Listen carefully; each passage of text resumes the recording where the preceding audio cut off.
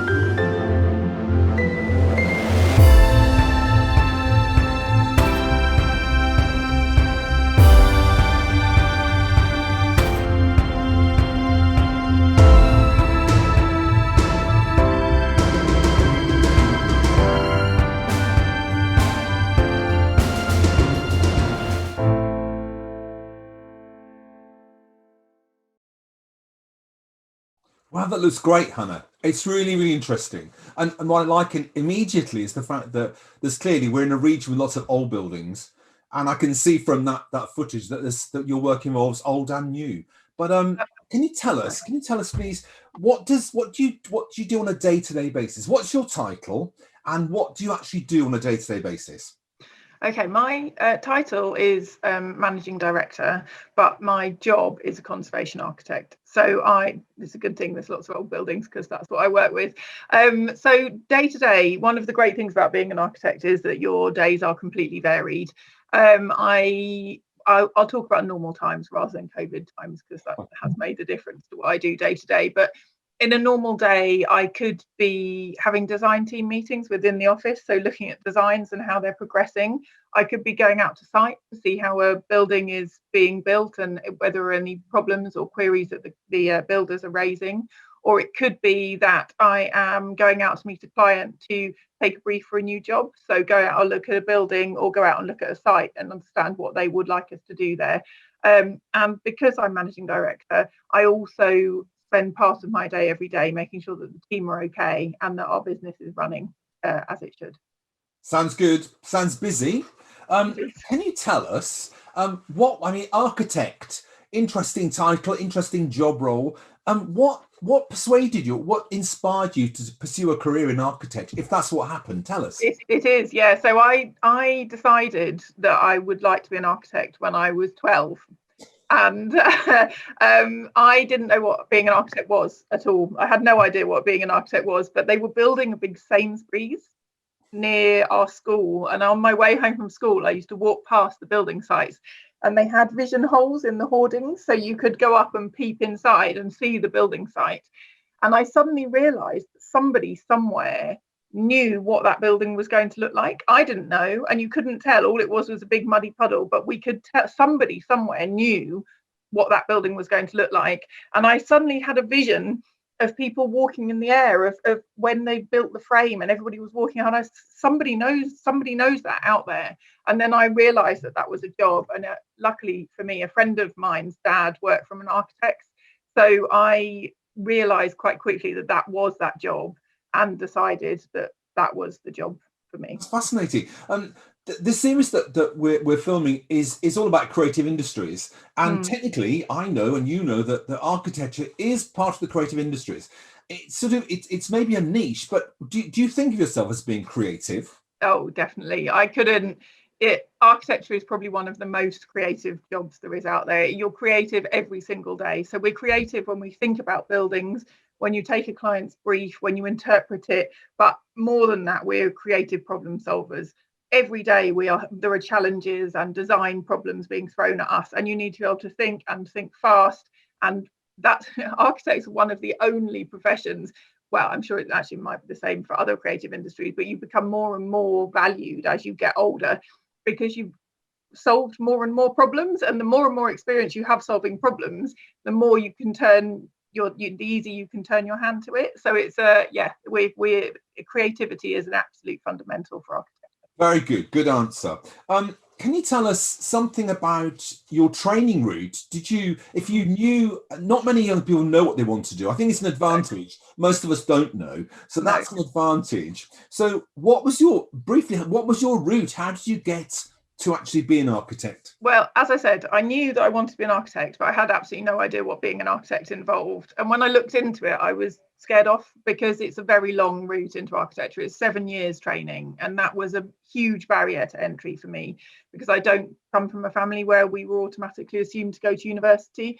So I actually, although I knew I wanted to be an architect, I chose my A levels so that I could get into university to do architecture. But then I didn't go to university because I was too scared of that 7 years and the commitment that meant, both financially and being sure to spend all of your 20s at university seemed like a really big commitment. So I went and worked for an architect. So moved down to London and got a job working not as an architect, but as an assistant, doing filing and answering the phones for an architect. So I could watch what they did. And I did that for a year and I decided that was what I wanted. But I had to raise money to move to London. So it actually has 3 years out before I went to university. So I didn't start until I was 21. So architecture is 2 degrees. So you do, first of all, an undergraduate degree, a BA in architecture. You then go and work for a year, which gives you an exemption from your first level of your professional qualification. Now, a lot of people just carry on working at that level, but you don't need to progress. A degree in architecture is worth a lot. It's a fundamental design degree, and we'll come back to that later, I'm sure, but it's a really good grounding. However, because I knew I wanted to be an architect, the only thing then is to do your second degree, which is called a Bachelor of Architecture, which is either a master's or a second undergraduate degree. Mine was an second undergraduate degree, which used to make it easier in funding terms, but now the funding's the same all the way through. And then at the end of that, you also have to work for a year. I went and worked abroad, which meant I had to work for 2 years. And then after that, you can take your final certificate, which is another course back at university. And then at the end of that, you can call yourself an architect. And it's actually a legal title, architect. So you cannot be an architect unless you have done all of those 3 stages. However, you can do those 3 stages not at university now. Well, that's great. And what I take from that instantly is there's so much emphasis now on work experience, on trying to do work shadowing. I know it's hard to get the placements, but from what you said, that is really interesting to find that really cemented the idea you really did want to do that. And I think many people watching this will realize that commitment to university, to training and qualifications, it's a long haul. So I think to know what you want is really important. So you're a managing director. That sounds really important. Is really important. How have you got there? Tell us a bit about a couple of previous roles. Yeah, so architecture is really interesting because there are lots of different roles that architects can play. So I really like working with public buildings. So I really like buildings that lots of people use. So I like buildings that make a big difference to people. So I've always thought out my career to make sure that I can work on the kind of buildings that I want to work on. And that comes back to your work experience. I made sure that I had got work experience, so I understood the different roles that architects can play. And it's very important to do that earlier on in your career, because some architects will work mainly on residential buildings, which is houses and homes and adaptations. And other ones just work on big, huge commercial buildings. So you could be working on one project for 4 years. And I knew that I didn't want to be trapped in either of those 2 sectors. So I chose to work for small design practices, which means that you can do a variety of different things. So you can work for many different projects. And so I was, first of all, an architectural assistant, and then a qualified architect working in smallish design practices. But I knew that I liked conservation. And so I went and worked for one of the best conservation practices in the country and trained myself up through them and took another course. So I'm now a qualified conservation architect. So that was a course that I did in parallel to my job. And while I was there, I was promoted to be an associate, which is someone running the office, so a small local office, regional office. So that was good because it meant I could do that with the support of a larger company. So they sort of helped me and gave me support to step up into that role.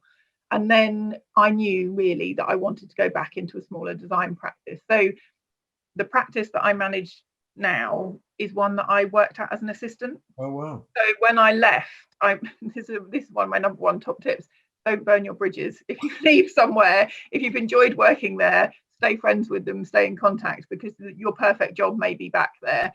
So I moved back home to Norwich, which is where I'm from originally, to take up a leadership position at the company that I work for now.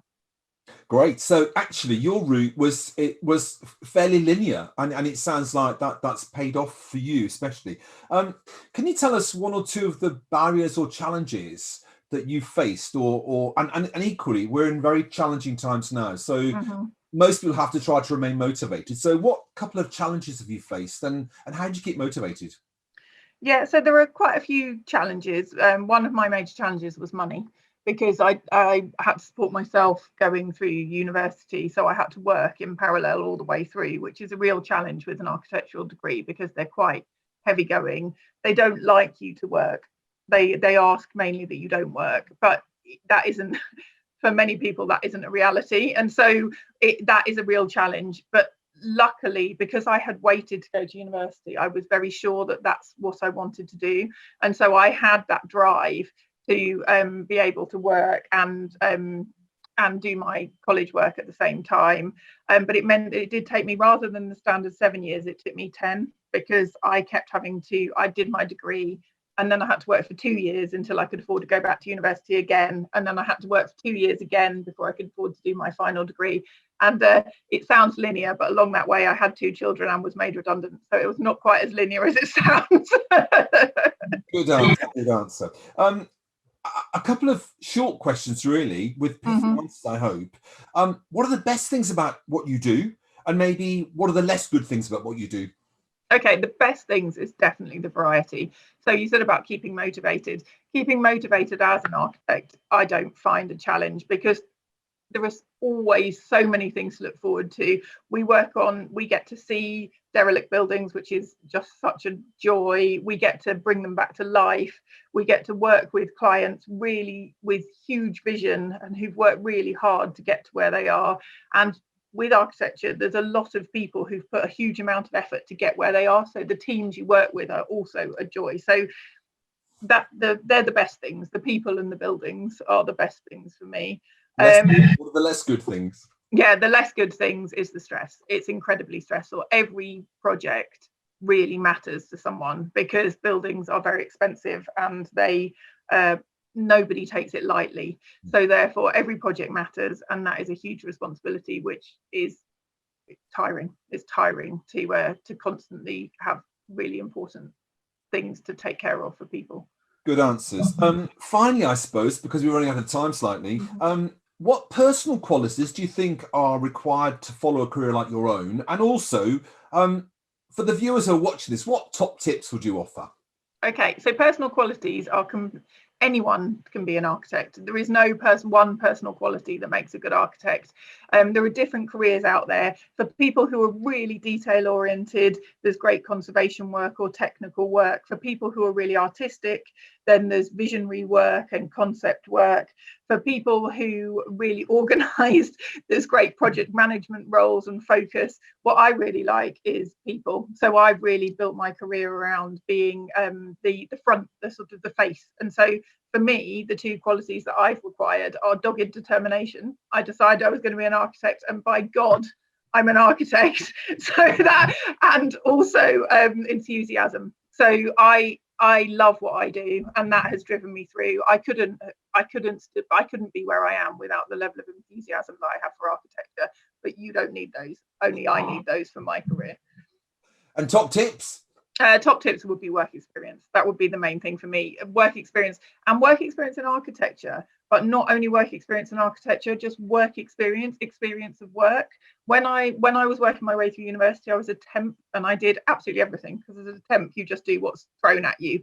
And every single job that I've done has been invaluable in the development of my skills. So don't worry about doing the right job. Just work, and the more you test, the more you know what you enjoy, and then you can focus your career on getting what you want out of it, and so you too can be enthusiastic in your 40s. Hannah, thank you so much. It's been great talking to you, and thank you for spending time with us this afternoon. No problem. Thank you for having me.